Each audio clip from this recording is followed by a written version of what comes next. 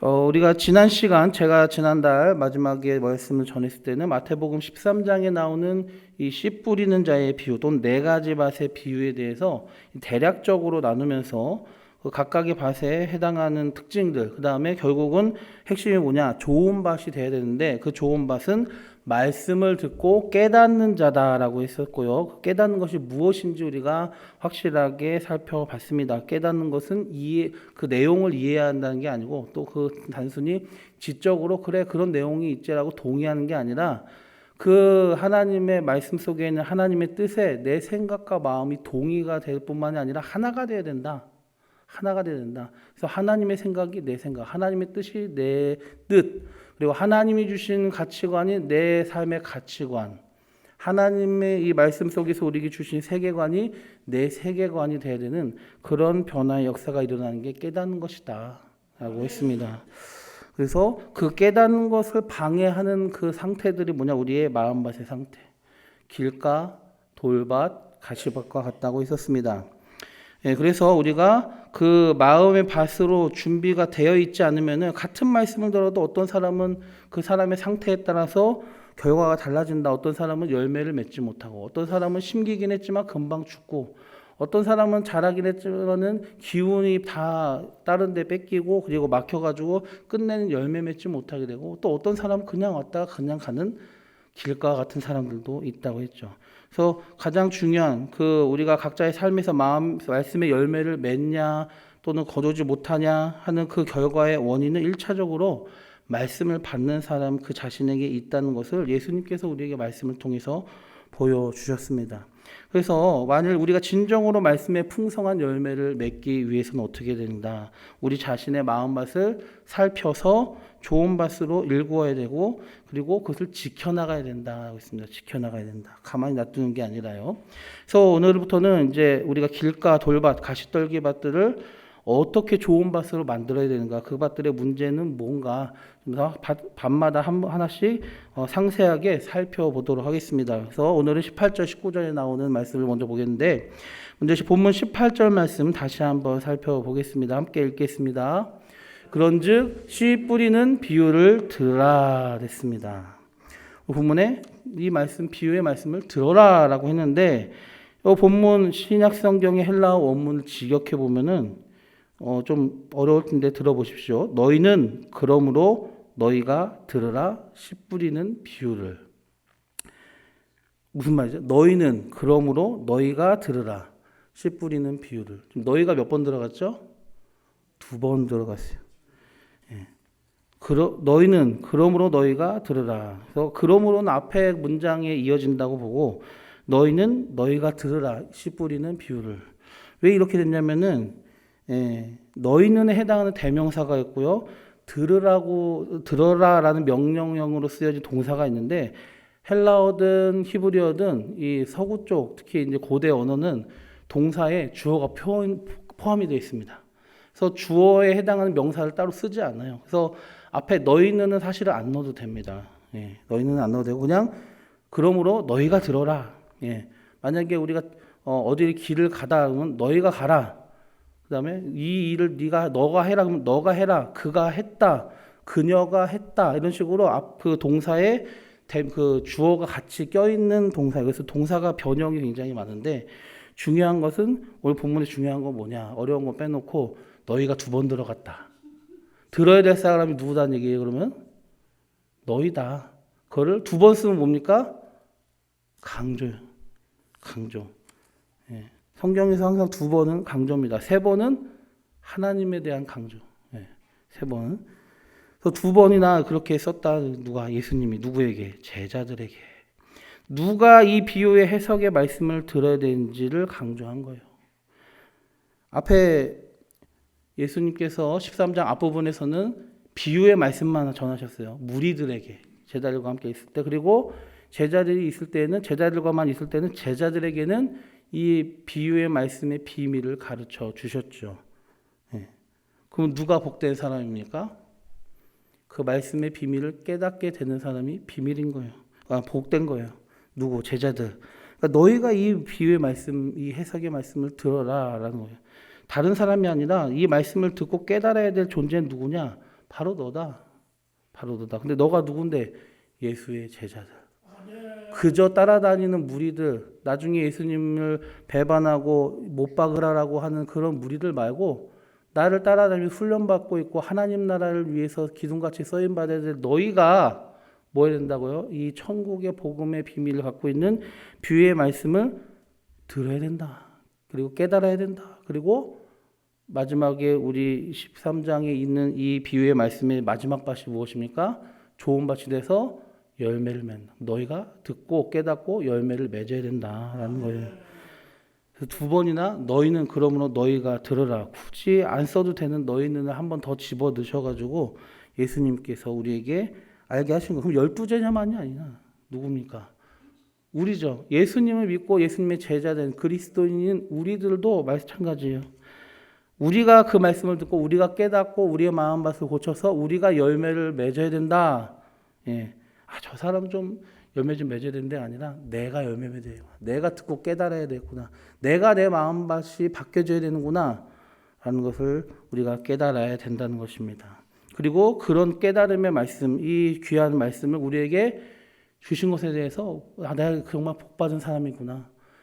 이 말씀을 알게 해주셔서 정말 감사하구나 하는 마음으로 우리가 이 말씀을 귀 기울여야 될 줄로 믿습니다. 예. 처음부터 옥토인 사람이 있을까요? 개간을 해야지 밭이 좋아지죠. 그렇죠? 황무지를 개간해야지 밭이 되고 거기 돌을 골라내고 잡초 뽑아내고 비료를 뿌리고 해야 그리고 비가 와야 거기가 옥토가 되는 겁니다. 가만히 놔두면 옥토가 되는 거 없어요. 처음부터 마음밭이 옥토인 사람도 없습니다. 길, 돌밭, 가시떨기밭 어떤 상황에 있더라도 옥토가 될 수가 있다는 것은 우리가 먼저 알아야 되고요. 이제 길가밭을 살펴보겠습니다. 19절 말씀 한번 보시겠습니다.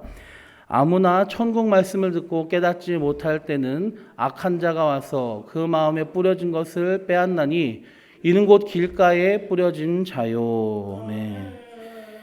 길가의 특징은 지난번에도 얘기 드렸지만은 뭡니까? 들어도 깨닫지 못하는 자요. 그래서 깨닫는다는 게 분명히 말씀드렸죠. 단지 내용을 이해하는 게 아니라 이해한 말씀의 내용에 내 생각, 내 마음이 합쳐져서 하나가 되는 것. 예. 나한테 말씀을 껴 맞추는 게 아니라 내가 말씀에 껴 맞춰줘야 돼. 그러니까 나를 변화시키는 과정이 필요해요. 내가 변화되는 과정이 필요한 거죠. 거기에는 깨짐의 아픔이 있는 거죠. 그래서 이 길가 같이 단단한 내 마음이 깨지는 아픔이 또한 필요합니다. 근데 중요한 건 길가는 처음에 그 깨지지 않은 길가의 상태는 그 깨닫는 게 안 돼요. 깨닫는 게 안 돼. 첫째, 이해하지 못할 수도 있어요. 네. 우리가 믿는 이 말씀의 내용 중에는 어떤 거는 먼저 히브리서 11장 1절의 말씀처럼 그래서 믿음은 바라는 것들의 실상이요 보지 못하는 것들의 증거라고 했지 않습니까? 증거가 있어야 믿는 게 아니라 믿음 자체가 증거가 돼. 믿어야지 알아지고 내용이 이해가 되는 게 성경의 내용이 많아요. 창세기 1장부터 보세요. 하나님의 천지를 하나님 계시다는 것, 천지를 창조하신 전능하신 하나님이라는 것조차 인정하지 못하고 믿지 못하면 그 다음의 내용들은 아무런 의미가 없는 겁니다. 예수님께서 하나님의 아들이시고 우리를 구원하시기에 이 땅에 오셔가지고 십자가에 죽으시고 사람들 믿지 않겠지만 부활하신 그 사실에 대해서 그리고 앞으로 심판하러 오실 거라는 사실에 대해서 믿지 않으면 성경에 나오는 수많은 가르침이 우리에게 의미가 없어요. 이해할 수가 없어. 왜 이런 내용이 이런 내용인지, 왜 이 말씀을 왜 하셨는지 알 수가 없는 거죠. 예. 그렇기 때문에 길가의 특징은 들어도 깨닫지 못한다. 그냥 간단한 이해도 못할 수도 있지만은 왜 믿음으로 받아들이지 않으면 이해할 수 없는 게 많기 때문에 이해한 말씀과 말씀의 내용에 내가 부딪혔을 때 그거를 받아들이지 않는 경우도 있다는 거죠. 그리고 또는 내게 맞춰서 말씀을 맞추려고 하는 그런 경우도 있다는 겁니다. 단단한 길가에 비유된 이 단단한 마음, 말씀을 튕겨내는 마음 또는 말씀을 통과시키는 마음 이것이 길가입니다. 여기에는 무의식적인 면과 의식적인 면이 있는데 결과적으로 둘 다 결론은 경청이 안 된다는 거예요. 주님께서 오늘 본문 가운데 깨닫지 못할 때에 어떻게 된다고 했습니까? 빼앗긴다라고 했어요. 빼앗긴다. 깨닫는 것은 경청의 결과입니다. 그래서 우리가 말씀을 들을 때 가장 기본적인 태도, 내 지금 마음이 길가든 또는 옥토도 마찬가지고 어떤 마음의 상태이든 간에 기본적으로 경청해야 된다. 이 자리에 와야 경청해야 된다. 관심을 가져야 된다. 그리고 더 좋은 건 뭡니까? 겸손한 마음으로, 그리고 궁금한 마음도 있어도 좋고요. 그리고 사모하는 마음으로 어쨌든 열심히 듣고 배우고 깨달으려고 하는 그런 마음과 관심이 있는 게 가장 먼저 처음에 필요하죠. 길가밭의 유형을 한번 살펴보면은 다음과 같습니다. 첫째는 아까 말씀드렸듯이 무관심한 마음. 관심이 없으니까 어떻게 됩니까? 말씀에 집중이 안 돼요. 특히 뭐 어르신들 가운데도 그런 분들도 있을 수 있겠지만은 많은 분들이 예배 시간에 졸거나 다른 생각을 하시거나 다른 행동을 하거나, 또 요즘 젊은 세대는 어떻습니까? 또 어른 세대들도 그런 분들이 있는데 스마트폰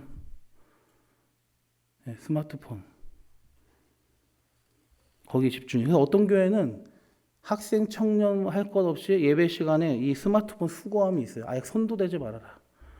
제가 전전에 있었던 교회에서는 이제 학생부 수련회를 자주 데려가는 데가 있는데, 제가 왜 걸로 가냐면은 그 캠프는 이 3박 4일 동안 하는데 학생들 3박 4일 동안 요즘에도 그런 데가 있더라고요. 그런데 핸드폰을 다 수거해. 3박 4일 동안 한 번도 못 쓰게 하고 담당 교육자만 갖고 있다가 부모님들한테 잘 있다는 안부 연락할 때만 담임 교육자 걸로 줘가지고 연락하게 하고 온전히 집중하게, 집회가 됐던 뭐 애들 활동이 됐든 간에 집중할 수 있게. 그래서 그런데 거길 7년 동안 다녔는데, 우리 교회도 한번 해보면 어떨까요? 여러분, 스마트폰 없이 예배 드려보실 수 있겠습니까? 급한 전화 올 거였는데 예배 드린다고 미리 문자 보내놓으시고, 여러분 스스로 봉인을 해야 되는데 가끔씩 올리는 분들, 그 다음에 가끔씩 보시는 분들, 그리고 학생 청년들은 더 하죠. 앉아가지고 계속 다리 똑 보고 앉아가지고 요것만 하는. 왜? 관심이 없으니까. 또 다른 짓을 하죠. 어떤 교회 목사님께서 한 성도님이 말씀을 들을 때마다 열심히 노트에 받아 적는 걸 보고 너무 기뻐가지고 하루는 불러가지고 차를 마시면서, 아유 권사님 뭐 이렇게 말씀을 이렇게 열심히, 우리 교회 성도님 중에 장로님들도 그런 분이 없는데 우리 권사님이 최고예요. 근데 그분이 부끄러우면 하시는 말씀이, 죄송해요 목사님, 개 순서 짜고 있었어요. 개돈 순서 짜고 있었어요. 예. 내용은 모르니까 열심히 필기하고 있으니까. 여러분은 뭐 하고 계십니까? 꼭 이 시간 말고, 꼭 이 부목사 설교할 때 말고, 우리 목사님께서 말씀을 전하실 때, 또 부흥 집회 때, 또 여러분이 어느 예배 시간에 가든지 거기서 말씀을 들을 때 뭐 하고 계십니까? 가장 중요한 거는 무관심한 마음이 아니라 경청하라. 이 유형은 집중하는 게 문제죠. 한 귀로 듣고 한 귀로 흘리게 되면 안 됩니다. 그걸 피할 방법을 찾아야 돼요. 설교자와 눈을 맞추고, 그리고 관심을 가지고 무슨 말씀을 하는가, 또 말씀을 기억하기 위해서 갯돈을 짜는 게 아니라 필기하는 것도 좋은 방법이죠. 또 깨닫게 될 때는 적극적으로 아멘, 우리 권사님처럼 할렐루야 하시고 적극적으로 반응해야 된다. 제 청년들에게 예배에 대해서 가르치면서 설교할 때, 예배란 뭐냐, 하나님과의 만남이고 교제고 하나님께 영광을 돌리는 경축 행위다. 그런데 거기에는 그 만남과 교제라는 그 이벤트, 사건이 있어야 된다. 하나님과 만나는데 사건 없이 그냥 지나가면은 그건 스쳐 지나가는 거지. 우리가 길 가다가 아는 사람 만나도 그냥 눈만 마주치고 가면 그 스쳐 지나가는 거, 거기에 만남과 교제가 있냐. 잠깐 몇 초라도 안녕하세요 인사하고 안부 묻고 악수라도 하고 해야지 그게 만남이 되는 거지. 더 나가면은 우리 차 한잔 하시러 갈까요? 해도 되고. 근데 그 정도도 안 하고 예배 시간에 와서 하나님의 말씀은 전해지고 있고 예배의 어떤 예배의 기도와 찬양 보이는데 아무런 리액션, 우리의 반응이 없으면 그 예배냐, 하나님과 만남이냐. 예배 시간 1시간 와서 1시간 동안 천천히 스쳐 지나가는 거야. 하나님이랑 나랑 아무런 사건이 일어나지 않아. 뭐가 있어야 돼요? 반응이 있어야 돼요. 우리 반응이 헌금을 드리는 것, 기도를 하는 것, 그리고 찬양을 드리는 것만 있는 게 아니라 말씀을 들을 때도 우리가 반응이 있어야 된다. 가장 대표적인 게 뭐예요? 방금처럼 아멘으로 화답하시는 거, 또 열심히 적는 거, 이해하는 거, 경청하려고 노력하는 그런 반응이 우리에게 필요한 거예요. 예배란 그래서 신학적으로는 이렇게 말합니다. 예배의 본질에 대해서 하나님의 계시에 대한 인간의 반응이다. 그 사건이 그 만남과 교제 가운데 일어나야 진정으로 하나님께서 영광을 받으시는 참된 예배가 되는 것이죠. 그래서 우리는 길가바처럼 무관심하지 않고 경청하지 않고 딴짓하고 그래서 1시간 예배, 이 짧은 예배 시간 동안에 천천히 하나님과 아무런 사건 없이 스쳐 지나가는 예배 시간이 아니라 진정한 교제와 만남과 깨달음과 나의 변화가 일어나는 그런 시간이, 특히 그런 말씀 시간이 되었으면 좋겠습니다. 길가바에서 두 번째 유형은 무엇이냐? 닫혀진 마음이다. 무관심한 마음이랑 좀 다릅니다. 세상적인 경험과 지식이 방해가 돼서 오히려 말씀을 이 세상 지식보다 경시하고 무시하는 경우가 있습니다. 지식이 발달하고 특히 유튜브나 여러 매체, 여러 난다 긴다는 사람들이 개인 유튜브를 통해서 이 말 저 말 다 하니까 그거 다 보다 보면은 그런 것들이 내 세계, 내 생각 속에 쌓여가지고 나름대로의 개똥 철학이 생기는 거죠. 예. 근데 그게 방해가 될 때가 있다. 그리고 말씀을 결국은 들을 때 무시하게 되는 경우가 있다. 말씀이 기준이 되는 게 아니라 내게 쌓여진 세상의 지식들과 내 일가견이 기준이 되어버리는 거죠. 그래서 말씀을 들을 때 시시하게 여기거나 귀한 것이 아니라고 여기는 것도 비교해서 가면서 또 두 번째는 이 닫혀진 마음이 또 어떤 경우였냐, 세상 지식이 아니라 오랜 신앙 경력이 오히려 방해가 될 때가 있어요. 우리 원로 장로님들이나 그런 분들도 뭐라고 하는 게 아니라 더 조심하셔야 된다는 거죠. 오랫동안 신앙 경력을 쌓고 내가 이것저것 다 해봤다. 근데 그게 때로는 하나님의 말씀을 완전히 내 생각을 바꾸는 능력의 말씀으로 받아들여서 하나님의 말씀에 내가 맞춰지는데 방해가 되고 오히려 나에게 자꾸 하나님의 말씀을 맞추려고 하는 그런 계기가 될 수 있다는 거예요. 그래서 오랜 신앙 경력 또한 조심해야 된다. 그것이 오히려 방해가 된다. 닫혀진 마음이 될 수가 있다는 것입니다. 그래서 많이 알수록, 많이 배울수록, 그리고 신앙 경력이 오래될수록 더 어떻게 돼요? 하나님의 말씀 앞에 겸손해야 되는 거죠. 예. 지금 우리는 하나님의 말이 아니라 사람의 말을 듣고 있나? 아니면 반대로 사람의 말이 아니라 하나님의 말씀을 듣고 있는가? 나는 지금 하나님의 말씀을 듣고 있는 것이다. 내 인생의 경험과 지식과 내 신앙 경력과 내 신학적 또는 말씀의 지식들이 또 내 경험들이 하나님 지금 선포되는 하나님의 말씀을 듣고 깨달아서 나를 변화시키는 그 역사가 일어나는데 방해거리가 되면 안 된다는 것입니다. 예. 그리고 또 우리가 조심해야 될 게 무엇입니까?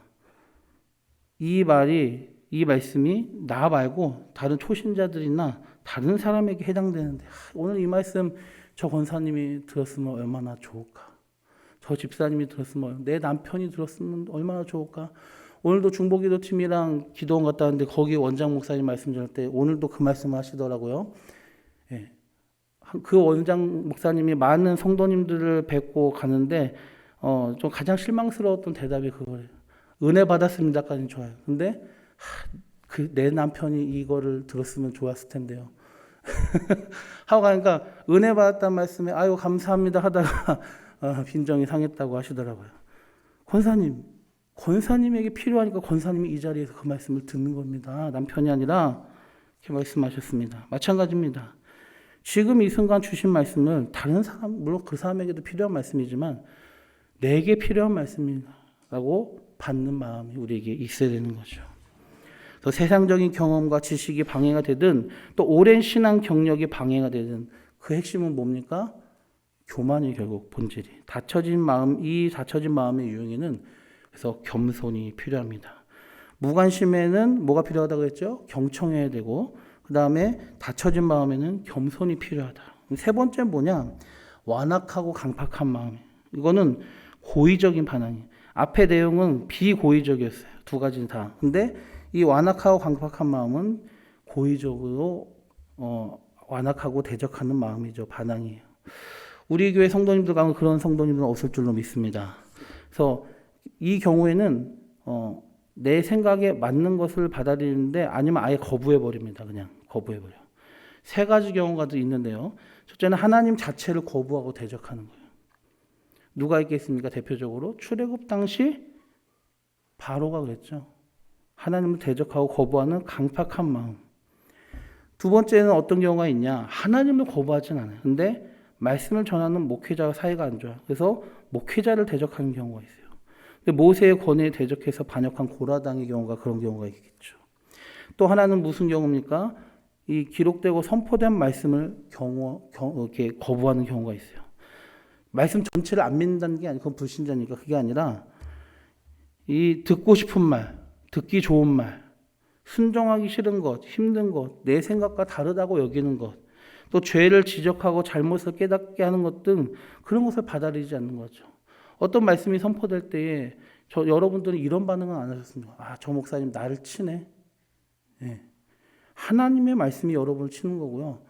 하나님의 말씀이 선포될 때에 그 말씀과 내가 부딪히면은 여러분 거기서 하나님이 나를 치네 또 목사님이 나를 치네라고 반응하는 게 아니라 그만큼 내가 하나님의 뜻에서 멀어져 있구나.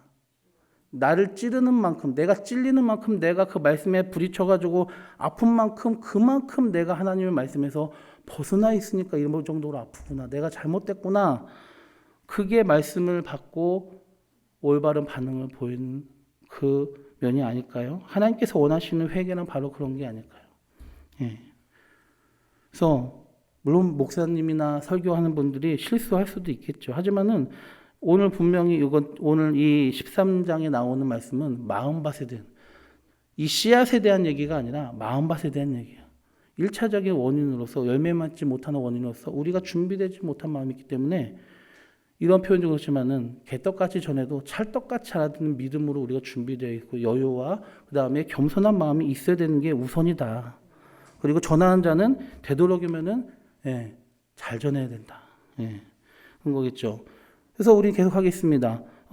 기록되고 선포된 말씀 가운데 이 말씀 전체는 아니더라도 듣고 싶은 거 또는 좋은 거, 그 다음에 나를 지적하고 나를 힘들게 하는 그 말씀은 잘 안 받으려고 하고 거부하는 말. 이거는 뭡니까? 기준을 하나님 말씀에 두는 게 아니라 내게 두는 사람이죠. 이것도 나한테 두는 거예요. 이런 사람들은 어떻게 됩니까? 히브리서 4장 7절 말씀 보시겠습니다. 시작. 오늘 너희가 그의 음성을 듣거든 너희 마음을 완고하게 하지 말라 하였나니. 이 히브리서 4장에는 과거 출애굽 당시에 1세대 반역했던 이스라엘 백성에 대한 얘기를 하면서 그들의 사건으로 교훈을 삼아라. 그들은 그 음성을 들었을 때 완고하게 했다. 그래서 믿음으로 결부하지 못했다. 그 들은 말씀들과 하나님의 모든 주신 은혜를 믿음으로 받지 않았기 때문에 그것이 그들에게 유익이 없었다. 너희는 그렇게 하지 말아라 라고 얘기하는 경고의 말씀입니다. 우리는 마음에 강팍하는 게 아니라 오히려 이 주님의 음성을 깨닫고 주님 앞에 순종하는 사람이 돼요. 하나님 말씀이 내게 어떤 형태로 다가오고 나를 찌르든지 간에 하나님의 말씀을 우리가 온전히 받고 그 다음에 말씀을 취사 선택하지 말아야 된다는 거였어요. 마태복음 4장 4절에 예수님께서 분명히 이렇게 말씀하셨습니다. 유명한 말씀이죠. 함께 보시겠습니다. 예수께서 대답하여 이르시되 기록되었으되 사람이 떡으로만 살 것이 아니요 하나님의 입으로부터 나오는 모든 말씀으로 살 것이라 하였느니라 하시니 있습니다. 그래요. 사람은 떡으로만 사는 것이 아니라 하나님의 입으로 나오는 말씀으로 산다. 이렇게 우리는 알고 있잖아요. 그렇죠? 잘못됐어요. 모든 말씀. 디테일하고 정확한 게 중요합니다. 예수님은 그냥 사람이 떡으로만 살 것이 아니라 말씀으로 산다라고 한 게 아니라 하나님의 입에서 나오는 모든 말씀. 일부가 아니에요. 나를 찌르는 말씀도 내가 먹어야 되는 말씀이에요. 내가 순종해야 되는 말씀이에요. 내가 따르기 쉽지 않는 말씀도 내가 따라야 되는 말씀이에요. 예수님께서 제자들에게 힘든 말씀을 많이 주셨습니다. 뭐라고 하십니까? 원수도 사랑하라. 내 이웃을 내 몸같이 사랑하라. 그리고 원수도 사랑하라고 얘기하셨어요. 하나님은 어떻게 사랑하라고 하셨어요? 율법 신명기 말씀을 전하면서 마음을 다하고 뜻을 다하고 힘을 다하여 내 하나님 여호와를 사랑하라 했어요. 이웃도 내 몸과 같이 사랑하라. 몸으로만 간음을 하는 게 아니라 여자를 보고 눈으로 보고 음욕을 품는 것도 간음하는 거다. 형제에게 라가라 하지 마라. 욕하지 마라. 지옥 간다. 지키기 쉽지 않은 말씀들을 우리에게 주셨어요. 그래도 우리는 지켜야 되잖아요. 원수를 어떻게 하죠? 원수를 사랑해야 돼요. 예수님이 이 땅에 오신 게 원수된 죄인들을 사랑하러 이 땅에 오셨잖아요. 친히 이 땅에 오셔서 실천하신 것을 우리에게 요구하신 거죠. 그리고 우리도 할 수 있기 때문에 우리에게 하라고 하신 겁니다. 그 하나님이 원하신 거예요. 그 모든 말씀이에요. 일부 말씀이 아니에요. 모든 말씀. 나를 힘들게 하고 내게 도전을 주는 그 말씀, 피하고 싶은 말씀, 또 이런 말씀 하셨죠. 누군지 나를 따라오려거든 자기를 부인하고 자기 십자가를 지고 나를 따르라. 예, 자기를 부인해야 돼. 자기 십자가를 져야 돼. 그 주님을 따르는 길은 어떤 길이에요? 주님이 가신 그 길, 고난의 길을 같이 가야 되고요. 주님과 동행해야 되고 날마다 그렇죠. 주님을 닮아가야 되는 그 길이에요. 주님이 하신 일이 우리에게 일이 되고 주님의 목표가 우리의 목표가 되고 주님의 마음이 우리의 마음이 되는 그 길이에요. 쉽지 않잖아요. 좁은 문으로 돌아가라. 좁은 길로 돌아가라. 넓고 편한 길을 추구하지 말아라. 구원으로 가는 길은 좁고 협착해서 찾는 사람이 적다고 했어요. 전도할 때 여러분 우리 자기를 죽여야 됩니다 라고 전도한 분 없잖아요. 예수 믿고 복 받으세요. 다 도망갈까 봐. 근데 예수님은 분명히 얘기하셨습니다. 도망가도 상관없다. 그래서 12명만 남은 게 아닌가 생각을 합니다만 중요한 건 뭡니까? 모든 말씀이다. 듣기 싫은 말씀이라고 내가 받아들이기 어렵다고 내가 순종하기 힘들다고 안 받아들이는 게 아니에요. 다 내게 주신 말씀이고 100% 다 순종해야 될 말씀이에요. 또 우리는 주님의 말씀을 받을 때 그럼 모든 말씀을 받을 때 어떻게 되냐? 아까도 한번 말씀드렸지만 우리 데살로니가전서 2장 13절 보시겠습니다. 이러므로 우리가 하나님께 끊임없이 감사함은 너희가 우리에게 들은 바 하나님의 말씀을 받을 때에 사람의 말로 받지 아니하고 하나님의 말씀으로 받음이니 진실로 그러하도다. 이 말씀이 또한 너희 믿는 자 가운데서 역사하느니라. 아멘. 우리가 말씀을 들을 때마다 읽을 때마다 사람의 말이 아니라 하나님의 말씀으로 받아야 되죠. 하나님의 말씀이다. 전하는 자가 부족하더라도 또 실수를 하더라도 요셉과 에서를 헷갈리더라도 아브라함과 이삭을 헷갈려서 잠깐 말씀하더라도 그런 거 신경 쓰지 말고 지금 그 말씀을 통해서 내게 무엇을 하나님께서 알게 하시려고 하는 건가. 내가 우리 목사님이 좀 마음에 안 들더라도 우리 전도사님이 좀 마음에 안 들더라도 주님이 주시는 그 말씀이 내게 지금 무엇을 요구하고 있는가. 그 마음을 가지고 말씀을 받아야 된다는 것이죠. 그리고 그거에 대해서 뭐라고 합니까? 이 말씀이 또한 너희 믿는 자 가운데서 역사하느니라. 사람의 말씀으로 받을 때 믿음으로 받겠어요? 하나님의 말씀으로 받을 때 우리가 믿음으로 받는 거예요.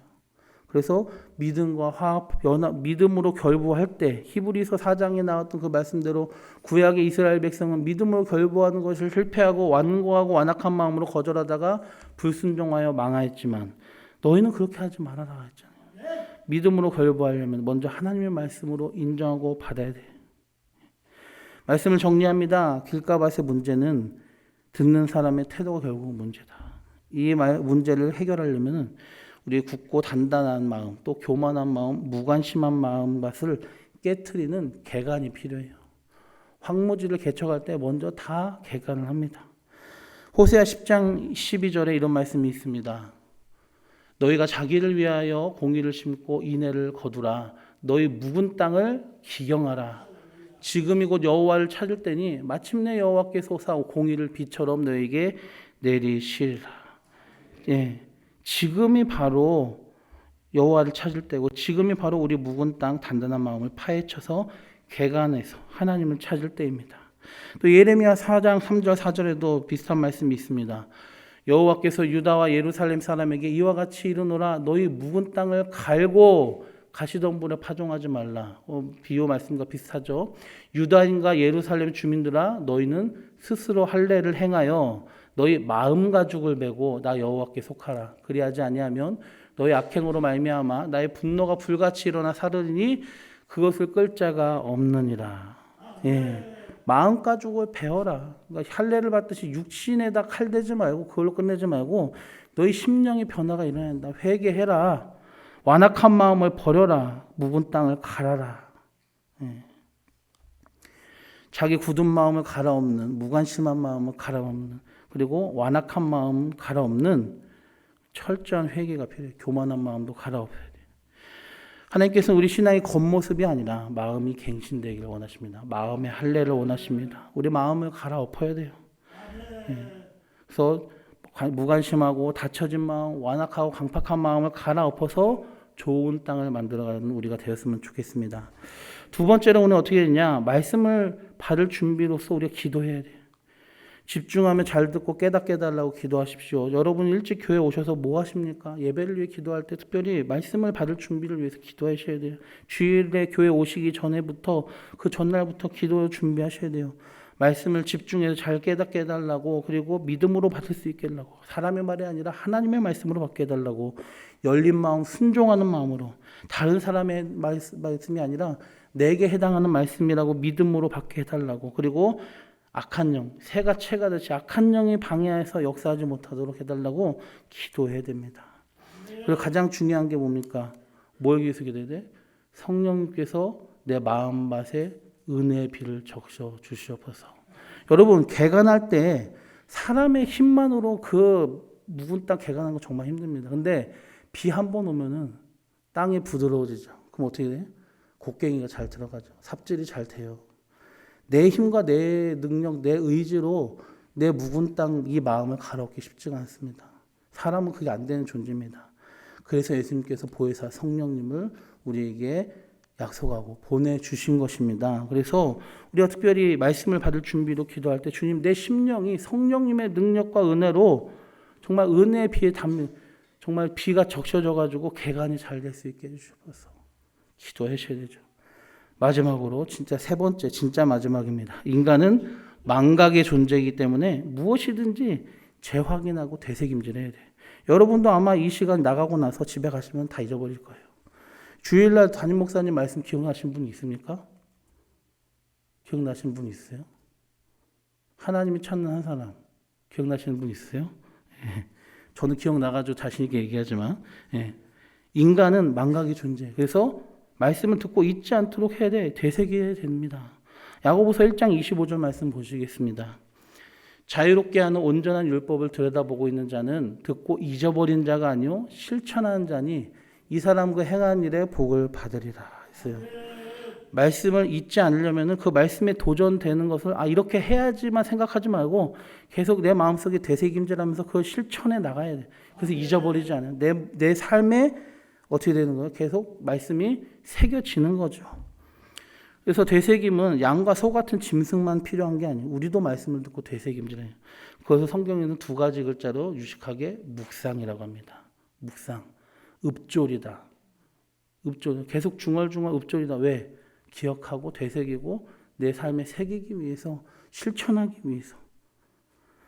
디모데전서 4장 7절에 보면 경건에 이르도록 내 자신을 연단하라 했어요. 연단은 훈련을 말하는 거죠. 경건은 훈련이 필요합니다. 말씀을 잘 듣고 새기는 것도 훈련이에요. 경청하는 것도 훈련입니다. 말씀을 위해서 주의를 준비하면서 내 완악한 마음을 깨트리기 위해서 기도하는 그것도 습관이고 그것도 우리가 훈련이 돼야 되는 겁니다. 밭은 방치하면 저절로 좋은 밭이 되잖아요. 끊임없는 관리가 필요한 거예요. 늘 우리의 마음밭이 온유해지고 겸손해지고 믿음의 밭이 될 수 있도록, 좋은 밭이 될 수 있도록, 또 내 마음에 딱딱하고 완악한 부분이 발견되면 바로바로 회개하고 나 자신에 대해서 하나님께 고백하면서 이 밭을 관리하는, 우리 밭을 지키는 노력, 훈련이 필요한 것입니다. 우리가 말씀을 읽고 듣고 접할 때 우리 마음이 어떤 상태였습니까, 여러분? 지금까지 어떻게 했습니까?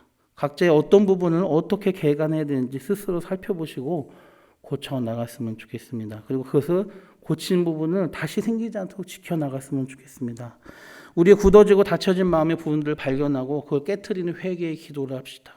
우리 하나님께 도와달라고, 말씀 앞에 겸손한 마음을 달라고 기도해야 됩니다. 성령의 능력으로, 성령의 은혜로 우리의 마음을 변화시키는 그 능력으로 우리를 온유한 마음, 믿는 마음, 겸손한 마음, 경청하는 마음으로 변화시켜 주시옵소서. 구해된 우리가 됐으면 좋겠습니다. 우리 안에 역사하신 성령님의 그 놀라운 도우심과 은혜 안에서 묵은 땅과 같은 우리 마음을 잘 개간해서 좋은 밭, 옥토 만들어 가서 말씀을 흘려보내지 마시고 잘 기억하시고 되새기고 순종하면서 삶에서 많은 열매를 맺으시는 우리 모든 성도님들 되시길 주님의 이름으로 축원합니다.